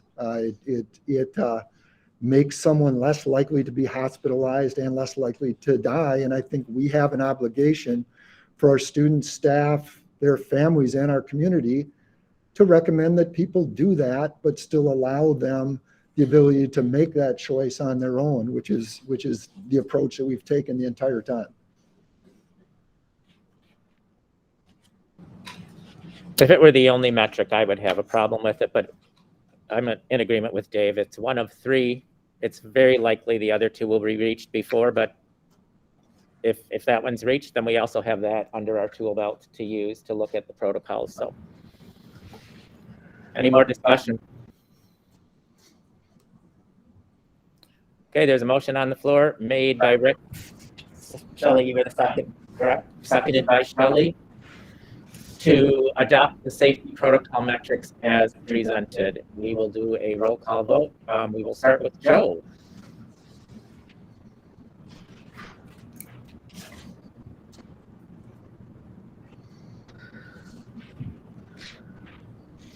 Joe is a no for the record. Shelley? Yes. Jen? No. Rick? Yes. Mike is a yes. Leslie? No. And Dave? Yes. That motion passes. Thank you for the respectful and quality discussion and questions. And Mr. Dunn, thank you, and the administration for all the work that you've done. I do have a question, because I want to go back to the isolation policy. My concern is that we do know that even if you are vaccinated, you can still spread COVID, whatever variant it is, more likely the Omicron. So my concern is having the do not need to quarantine section in the isolation policy. I think we need to eliminate that completely, and anyone who tests positive or shows symptoms needs to isolate or quarantine for 5 days, and then, follow the protocols thereafter. So I guess I would need to make a motion regarding that, because I couldn't amend it before, correct? I said you can make a new motion if that one didn't pass, but it passed. Can I make a motion though To undo the motion that we just passed? to amend policy? You can't amend something after it's passed. Okay. Well, You can amend, that's why I said, if it doesn't pass, then Sure. you can make a different motion. okay. Well, anyway, that was my 2 cents on that. I'm concerned though that, Mr. Donovan, can you tell me again, and I think we've talked about this before, what is the time frame for students to be quarantined or isolated, like if they're close contact? With the new process, students who normally would have been, students and staff who would have been quarantined for 10 days or up to 10 days are able to return after 5 days, provided that they don't have symptoms. Right, And no, I'm if you- sorry, let me stop you. I don't want to try to be rude. I just don't want you to talk about, I need to rephrase the question. So like a close contact, if, you know, I had COVID and Mike's sitting next to me, how long of a time frame can he sit here before he becomes a close contact? I think I understand the question. And again, if I start going down a direction that isn't what you meant, jump in and stop me. But I think if I'm understanding the question correctly, to be considered a close contact, you're within 6 feet of someone for 15 or more minutes, non-consecutively throughout the day. Okay. So, okay. And most of those occur at lunch, you said before?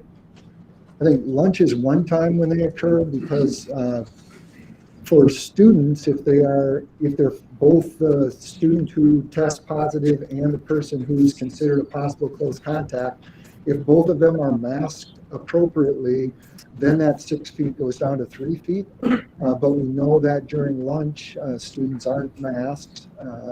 So there's more likelihood of spread and more likelihood of people being considered a close contact during that lunchtime. Would you consider what the CDC said? I'm just trying to decrease the number of close contacts in my thinking here. Would you consider what the CDC said, that if a student or staff is wearing a cloth mask and another one is wearing a cloth mask or greater, that the CDC states that 20 minutes is the allowed time for that?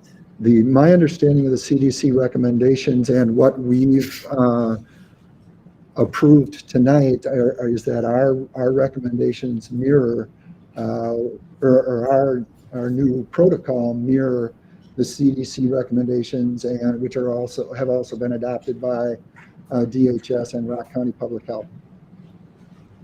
So I would agree with the goal of having people come back as soon as we possibly can get them back in a safe manner. And I think that what the board approved tonight with giving that option to have that after 5 days, if those criteria are met, is going to help with our staffing issue. It's going to help with students who are missing school. And a question came up earlier about our legal authority to have differences in our isolation and quarantine process for people who are vaccinated versus unvaccinated. We've received legal advice from our legal counsel that we definitely have the authority to have that in place, and not only the authority, but by following CDC, DHS, and Rock County guidance, it puts the district less at risk for any potential lawsuits down the road. But if the CDC guidance says if you're wearing cloth masks and it's a close contact, you have up to 20 minutes, that would certainly help, because how long are our lunch times? They vary from school to school, and the amount of time that students are sitting next to each other during school varies. But certainly you could agree, though, that an additional 5 minutes being allowed would cut back on our close contacts, correct? It should, yeah. Any increase to that amount of time would do that. And we certainly can look into whether that the CDC has some additional guidance. It's extremely likely with what was passed tonight that we'll have this as an agenda item at our next board meeting, and we can do some research on that and bring it back at the next board meeting. Sure. Okay. Thank you. All right, we'll move on to item number 3, Human Resources Committee report. Mr. Mullen, I will turn it over to you.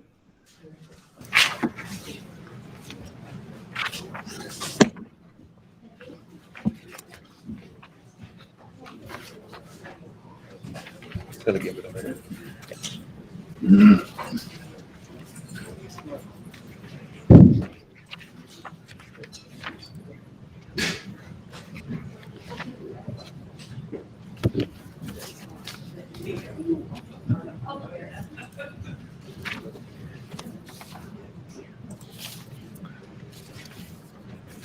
Okay, the Human Resources Committee met on January 5th.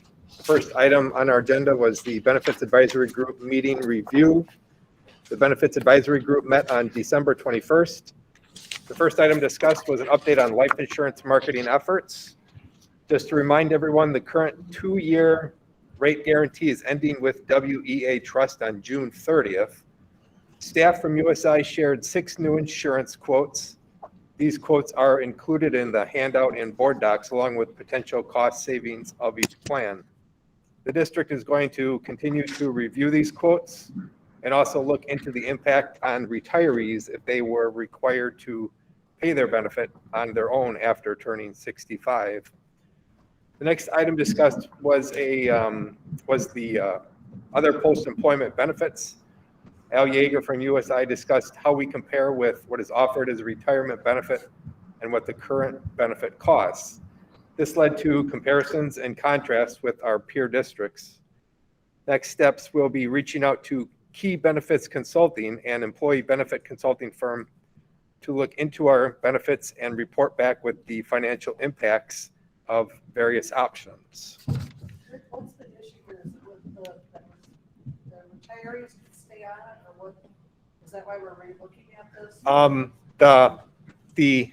Basically it's the healthcare and what it's currently costing us, or if just like the life insurance in particular. the life insurance is, well, there's a current plan where it's Rich can you help me here if I need it? So there's a paid up benefit. The current plan has the paid up benefit at 65. Is that right? But that's not going to be available any longer. Does that make sense? Okay. Any other questions on that? Terry, Bradley, was there anything else on your end that you wanted to add to that discussion on that topic? Okay. Next item was a discussion and possible action on teacher compensation model. There's a detailed memo in board docs outlining the new compensation model. I'm just going to highlight a few points before seeing if Rich or Carrie would like to add anything. Following past salary negotiations, we felt the need to come up with a new compensation model that is more sustainable and predictable, while at the same time allowing us to offer competitive salaries in order to attract and retain quality staff. We feel that this new model accomplishes these goals. One thing to note that was changed since we last met is the addition of Step S to allow for an additional year of movement down the matrix. Beginning next school year, all new hires will be placed on the new salary matrix. Current employees on steps A, C, and I will be moved to the new matrix.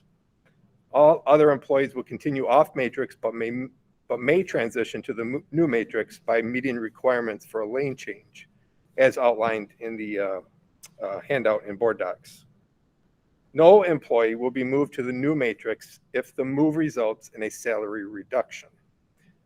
I also would like to take a second to thank all the members of the work group, both the administrators and the teaching staff who helped and contributed to this.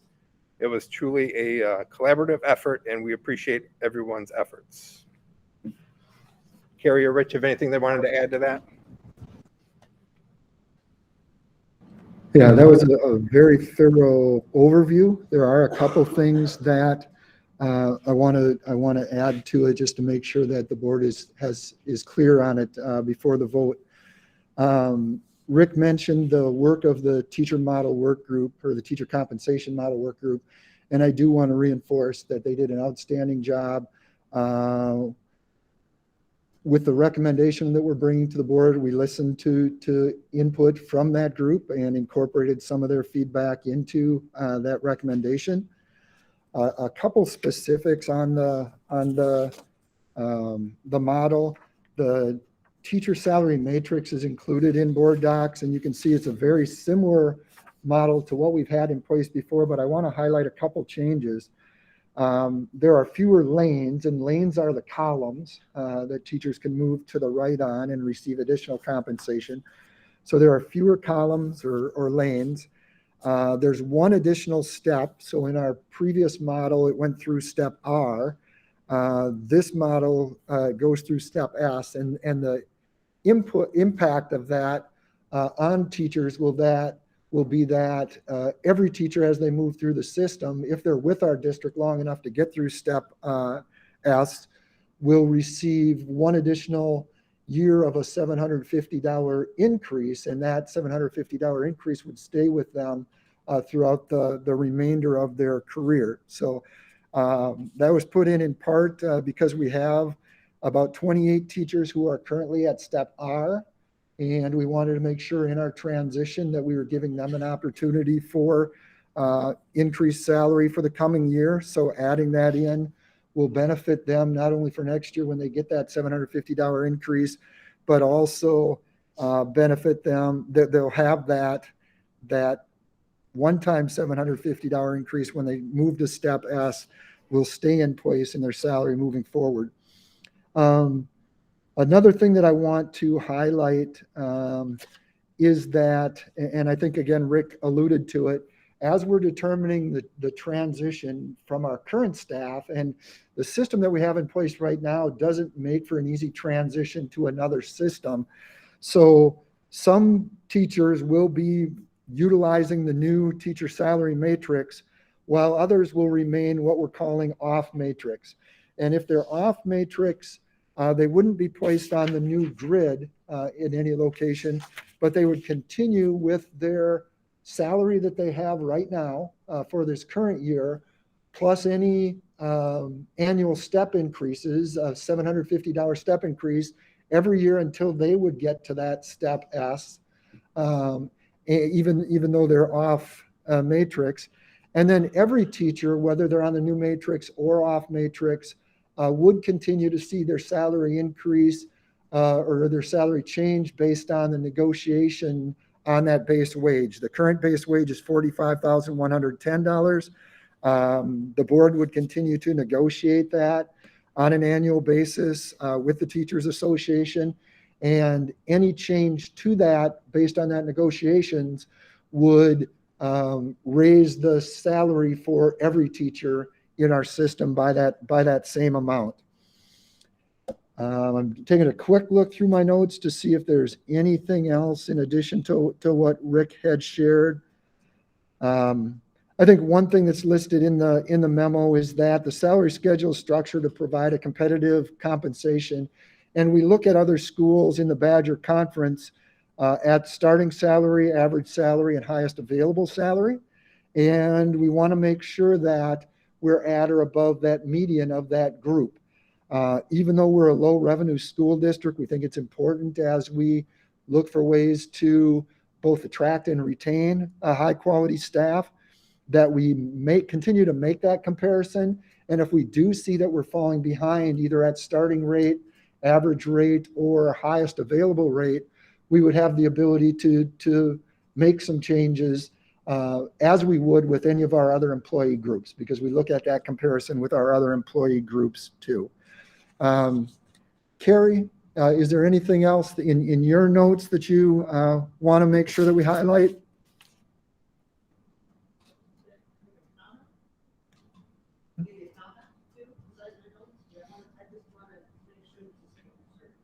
Yeah, why don't you step to the mic?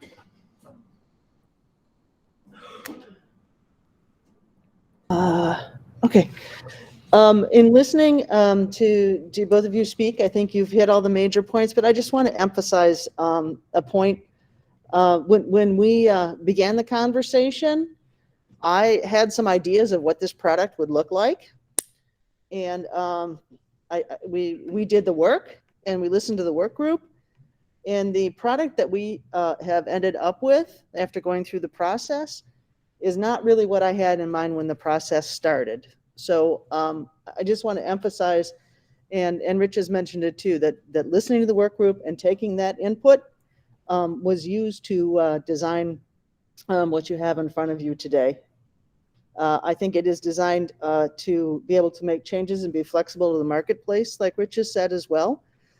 And in this financial world, we talk about sustainability, which is quite a challenge, but I'm leaning more toward the phrase, it's maintainable. We're not creating a system that is going to set up that we can't maintain, given our financial challenges. So those would be my comments, which I think were all pretty much said, but thank you for letting me say them as well. So Carrie, just you said it wasn't the product you anticipated when you started, but is it a product you can live with and that you support? Oh, absolutely. Okay. I think, oh, no, good question. Yeah. No, you know how you have ideas, right? And you go into it thinking, oh, yeah, we could do this, we could do that. And this was one of those experiences for me where going through the process and listening to people has resulted in a product that I am very satisfied with. I'm proud of our work. And yeah, so absolutely. The goal was to make sure that people didn't make less than they were now and to find something that we can move forward. So yes, absolutely. No, actually, it was, this is one of those, and that's why I'm talking about the process. I don't want to go on too much here. This is the stuff I get excited about, okay? When you go through a process and you come out with a product that you didn't anticipate coming, that for me, does exactly what we were looking for the product to do. So thanks for the follow-up question. I didn't want to give you the impression that I wasn't in favor. I'm actually proud of the work that we in the group. And as a numbers guy, I get excited that you get excited.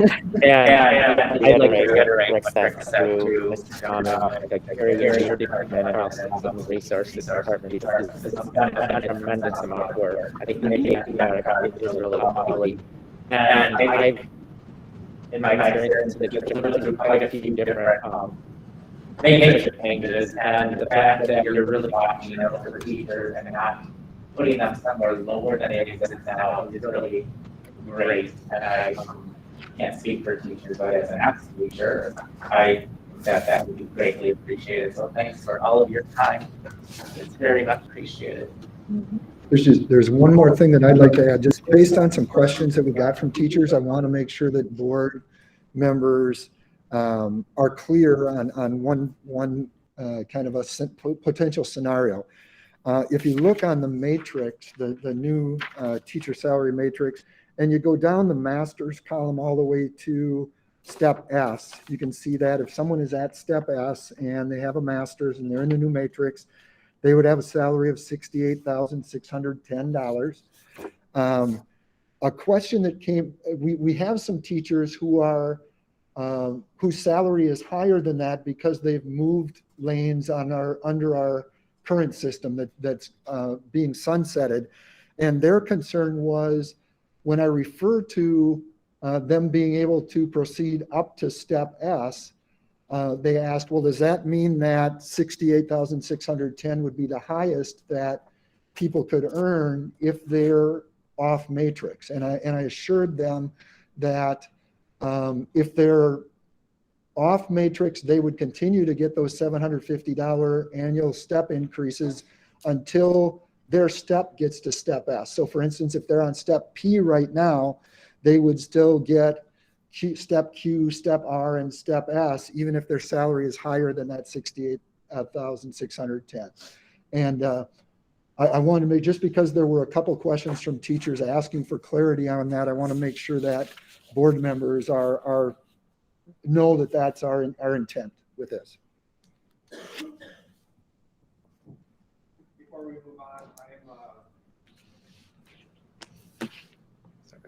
I'm going to go ahead and make the motion that the board adopt the teacher compensation system as presented to begin the 2022-23 school year. I'll second. There's a motion on the floor made by Rick, seconded by Leslie, to move that the board adopts the teacher compensation system as presented to begin in the 2022-23 school year. All in favor respond with aye. Aye. Aye. And opposed, nay. Motion carries. Okay. Next up was the substitute teacher daily rate update. On January 3rd, the substitute teacher daily rate was increased by $15 a day to $140. This increase matches what Janesville pays and hopefully will attract more subs and lead to fewer unfilled absences.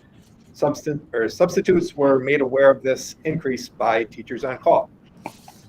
Any questions about that? And our last item is a discussion and possible action on an additional 1-year 1.0 FTE English learning teacher at Milton West Elementary School. As outlined in the attached memo, administration is recommending approval of hiring 1.0 FTE at West for the second semester. The primary focus of the additional staff would be literacy for 2nd and 3rd grade students, and funding for this position would come out of our federal funds. Mr. President, I would like to make a motion to approve the addition of 1-year 1.0 FTE English learner teacher position at Milton West Elementary School for the second semester of the 2021-22 school year as presented. I'll second that. There's a motion on the floor made by Rick, seconded by Dave, to approve the addition of a 1-year 1.0 FTE English learner teacher position at Milton West Elementary School for the second semester of the 2021-2022 school year as presented. Any questions? Hearing none, all in favor respond with aye.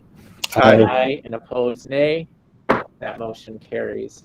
That's it, Mike. Thank you so much, Rick, for all of your work on the Human Resources Committee. Always appreciated. Moving on to new business. Open enrollment alternative applications.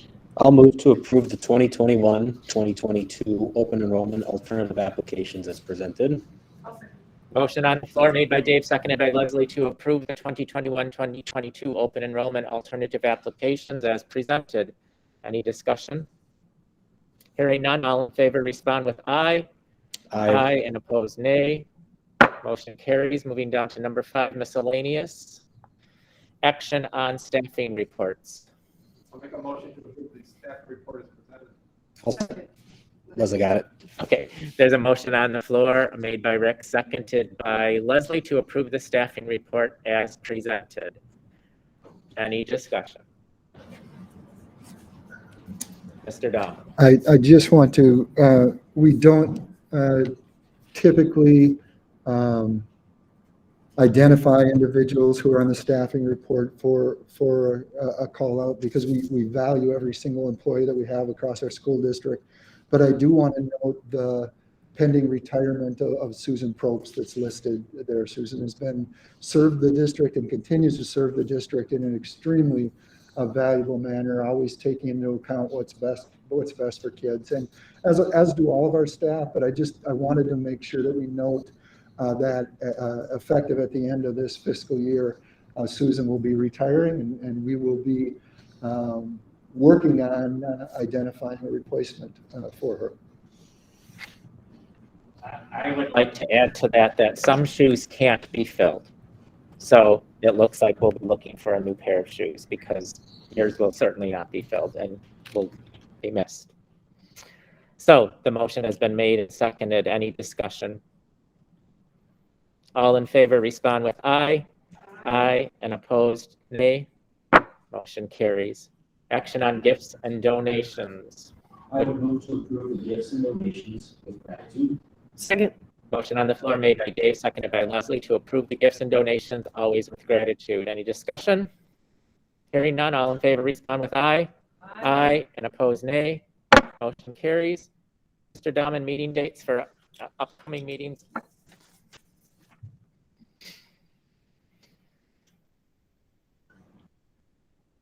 I know there's a board meeting on the 24th. The next regularly scheduled board meeting is on January 24th at 6:30. We have a finance committee meeting that is scheduled for February 2nd at noon. And we're looking with the finance committee to utilize that first Wednesday of each month through beginning in February through May for finance committee meetings. So if we can pencil those in the first Wednesday of each month, starting with Wednesday, February 2nd, and that will be a noon start, and that will be up in the second floor conference room. And then we also have the State Education Convention that takes place in Milwaukee from January 19th through the 21st. And I recall last board meeting, I might be muted, sorry. No, I'm not. There was some discussion of a curriculum meeting. Is that still in the works? Yeah, Ryan, do you have an update on that? Is there a date set for that? Yeah, I think we were going to set it here tonight. We're looking the week of the 17th. Anytime that you're available with the number one topic of the curriculum committee be in the calendar for this week. And that is the week of the state conference. I don't know if the committee has availability on the 17th or the 18th, on that Monday or Tuesday of that week to meet.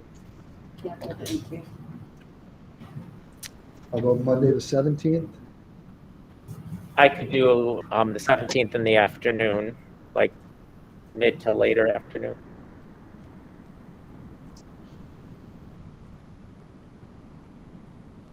Shelley is saying yes to that. I can make that work. What time would be best for you, Jen? 4:30. So 4:30 on Monday, January 17th. Is that where we landed? Does that work for you, Shelley? Yep. Mr. Ruggles, does that work for you? Rich, can I just mention something about the convention?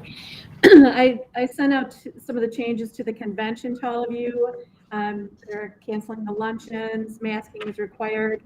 I know with the surge, some of you are reconsidering going to the convention.